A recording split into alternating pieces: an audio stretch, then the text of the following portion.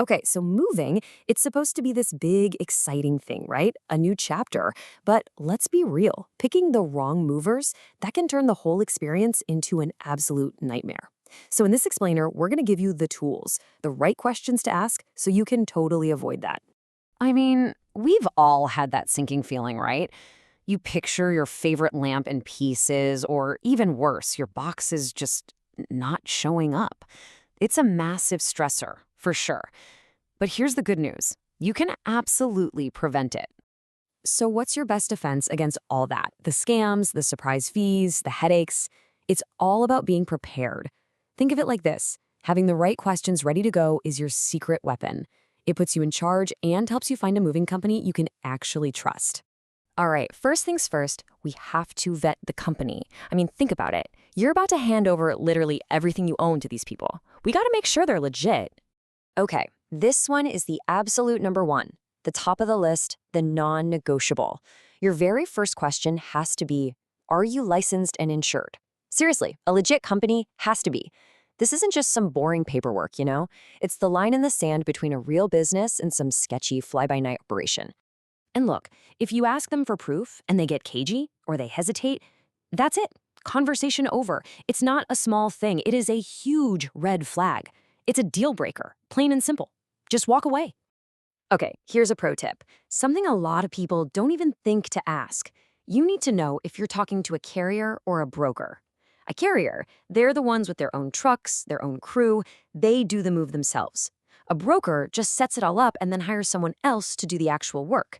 Honestly, for clear communication and accountability, you're almost always better off dealing directly with a carrier. And hey, don't be shy about asking for more proof. Ask for recent reviews from actual customers, and definitely ask if they do background checks on their staff. You have every single right to know who's going to be in your house handling all your stuff. It's all about that peace of mind, right? All right, let's talk about the thing that everyone dreads, the money. Because let's face it, nothing sours a moving day faster than getting the final bill that's way, way bigger than you were quoted. So how do we dodge those nasty surprise costs? You gotta be direct on this one. Ask them straight up how they calculate their quotes. But here's the killer question, you have to ask it just like this. What are all the potential hidden fees? Phrasing it that way kind of forces them to come clean about extra charges that could pop up later. And just so you know what to listen for, here are some of the usual suspects. You've got things like stair fees, elevator fees. There's even something called a lawn carry charge if the truck can't park right next to your door. Knowing these exist means you can ask about them specifically right from the start.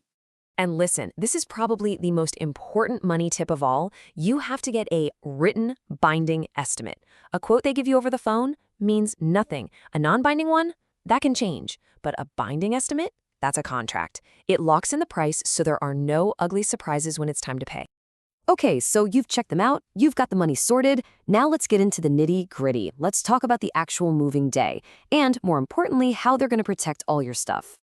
So, legally, movers have to give you some basic coverage, but let me tell you, it is barely anything. It's called released value, and it pays you based on an item's weight. So if your lightweight expensive TV breaks, you might get a few bucks. It's nothing.